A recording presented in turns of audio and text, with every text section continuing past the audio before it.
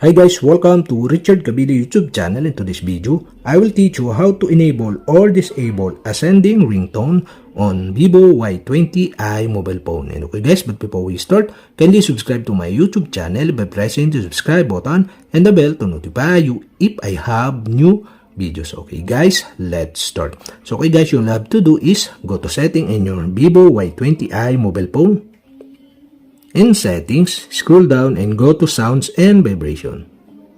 Here in sounds and vibration, scroll down again and you can see the ascending ringtone, and on the right side you can see the switch button. And okay guys, to enable this you'll have to do is switch on the switch button on the right side. And okay guys, that's it. We have successfully enabled. To disable again, you'll have to do is switch off the switch button on the right side. And that's it. Okay, we have successfully enabled or disabled ascending ringtone on ViVO Y20i mobile phone.